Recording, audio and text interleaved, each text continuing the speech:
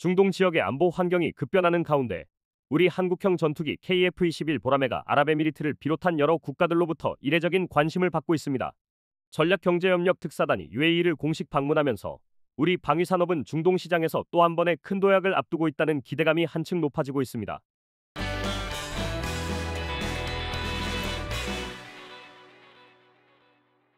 UAE는 세계에서 손꼽히는 국방비 지출국으로 중동에서는 사우디에 이어 두 번째 규모의 국방 예산을 운용하고 있습니다. GDP의 5% 이상을 국방에 투자할 만큼 안보 분야를 적극적으로 강화하는 국가인데 최근에는 기존 미국, 유럽 중심의 무기 조달 체계를 아시아까지 확대하며 공급망 다변화를 본격화하고 있습니다. 그 과정에서 한국산 무기는 가격 대비 성능, 빠른 납기, 확장성 면에서 큰 신뢰를 얻으며 중동 국가들의 선택지 중심에 자리 잡고 있습니다. UAE는 이미 우리나라의 다연장 로켓 천무, 중거리 지대공 미사일 천궁2를 도입하며 K방산의 성능을 직접 확인한 바 있습니다. 최근에는 차세대 유인전투기 운용을 지원하는 드론 윙맨 사업에서도 한국을 주요 후보로 검토하는 것으로 알려졌습니다. 장거리 정밀 타격 능력과 전장 확장성을 갖춘 차세대 플랫폼을 찾고 있는 만큼 이번 일정이 실질적 계약 논의로 발전할 수 있다는 전망이 힘을 얻고 있습니다. 이 가운데 가장 주목받는 무기는 단연 KF-21 보라매입니다. UAE 공군은 올해 한국 항공우주 산업을 직접 방문해 기체 조립 라인을 상세히 확인했고 시제기에 탑승하며 성능을 체감하는 등 높은 관심을 드러냈습니다. KF-21은 4.5세대 플랫폼이지만 내부 무장창과 저피탐 설계 등 차세대 요소를 충분히 반영해준 5세대급 성능을 구현할 수 있는 유일한 기체로 평가받습니다. 프랑스 라팔, 유로파이터 타이푼, 미국 F-16 등 동급 전투기와 비교해도 성능 우위와 합리적 가격을 동시에 갖춘 모델로 정치 외교적 제약으로 인해 F-35급 스텔스 전투기 도입이 어려운 국가들에게 특히 매력적인 대안으로 주목받고 있습니다. 최근 국제무대에서 KF-21 보라매의 존재감이 급격히 커지자 인도네시아의 프라보워 대통령이 느끼는 압박감도 더욱 짙어지고 있습니다. 에이펙 정상회의에서 프라보워 대통령이 가능한 조속히 한국을 국빈 방문하겠다고 밝힌 것도 단순한 외교 일정 이상의 의미로 해석되고 있습니다. KF-21을 둘러싼 글로벌 관심이 중동과 유럽으로까지 폭발적으로 확대되는 상황에서 공동개발국인 인도네시아가 뒤처지고 있다는 불안감이 실제로 작용하고 있다는 분석이 나오고 있습니다. 한국이 개발 속도를 앞당기며 2026년 전력화 목표를 확정하고 폴란드, 사우디, UAE 등 굵직한 수요국들이 KF-21을 우선 검토하는 지금 인도네시아는 자국의 지분과 기회를 놓칠 수 있다는 위기감을 느끼고 있는 것입니다. 특히 프라보워 대통령은 터키 칸 전투기의 개발 난항, 프랑스 라팔의 과도한 비용 부담, 기술 이전 불가 등 현실적인 제약을 누구보다 잘 알고 있습니다. 반면 한국의 KF-21은 합리적 가격에 준 5세대급 성능을 갖춰 실제 전력화가 눈앞까지 다가온 유일한 차세대 전투기 플랫폼으로 평가되고 있습니다. 이런 국제적 평판의 변화는 인도네시아의 선택지를 점점 좁히고 공동개발 지분을 유지하려면 한국과의 관계를 재정비해야 한다는 압박으로 이어지고 있습니다. 그동안 인도네시아가 보여온 일련의 행동은 한국을 충분히 실망시키기에 충분했습니다. 공동개발 약속에도 불구하고 분담금을 지속적으로 미납했고 그 와중에 다른 전투기들을 기웃거리며 사실상 전투기 쇼핑을 이어간 데다 개발 과정에서 기술 관련 정보가 외부로 흘러나갔다는 의혹까지 불거지면서 한국 내에서는 신뢰에 큰 금이 갔습니다. 이런 상황이 반복되자 한국 정부와 업계는 이전보다 훨씬 단호한 태도를 취하기 시작했습니다. 공동개발이라면 당연히 따라야 할 의무를 지키지 않는 국가의 지나친 유연성을 보일 필요가 없다는 판단이 서기 시작한 것입니다.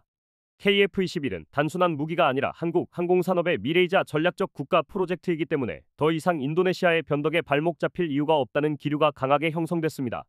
이 분위기를 누구보다 민감하게 감지한 쪽이 바로 인도네시아였습니다. 한국이 최근 KF-21 수출 전략을 중동과 유럽 중심으로 빠르게 확대하면서 인도네시아 내부에서는 한국이 우리 없이 사업을 진행하려는 것 아니냐는 우려가 본격적으로 커지기 시작했죠. 폴란드, 사우디, UAE까지 KF-21 검토에 돌입한 상황은 인도네시아에 더 큰 압박으로 작용했습니다. 특히 한국이 핵심 기술 4개는 절대 이전 불가라고 분명히 선을 긋고 분담금 미납에 대한 실질적인 제재 가능성까지 언급하자 인도네시아는 마침내 긴장하기 시작했습니다. 만약 한국이 정말로 인도네시아를 사업에서 배제하는 방향으로 움직인다면 그동안 기대해온 기술 이전과 항공산업 성장 기회는 완전히 사라지게 되기 때문입니다. 결국 최근 프라보워 대통령의 잦은 접촉 시도, 에이펙에서의 조속한 국빈 방문 발언은 단순한 외교 행보가 아니라 한국이 자신들을 놓고 갈 수 있다는 두려움에서 비롯된 전략적 접근으로 볼 수 있습니다.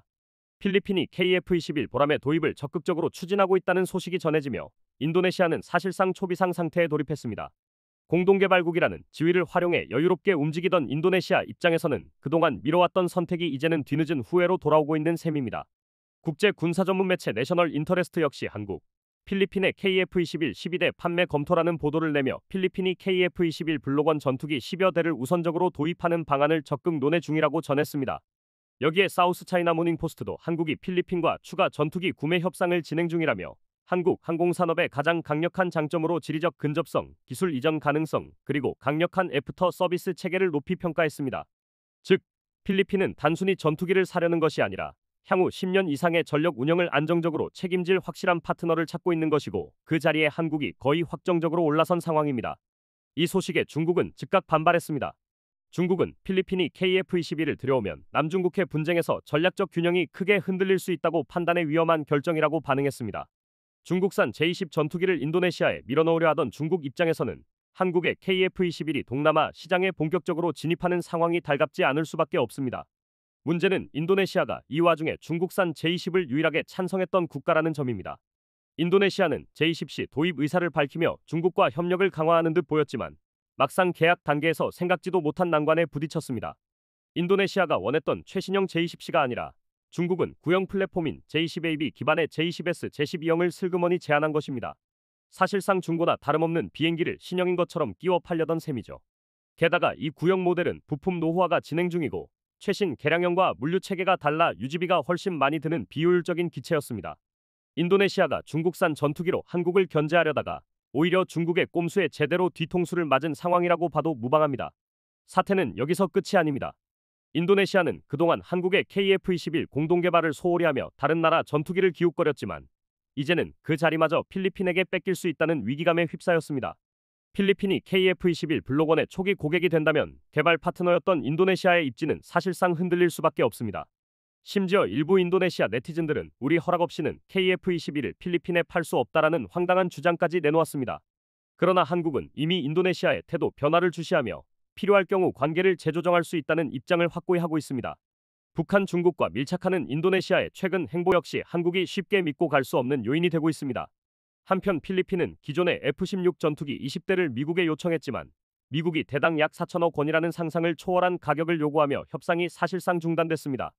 결국 필리핀은 합리적 가격과 뛰어난 성능을 갖춘 한국산 무기로 눈을 돌렸고 이미 FA-50PH 운용으로 만족스러운 실전 경험을 얻은 만큼 이제는 차세대 주력기 후보로 KF-21까지 정조준하고 있습니다. 인도네시아로서는 그동안 미루고 방치했던 선택의 대가가 이제 현실로 다가오고 있는 셈입니다.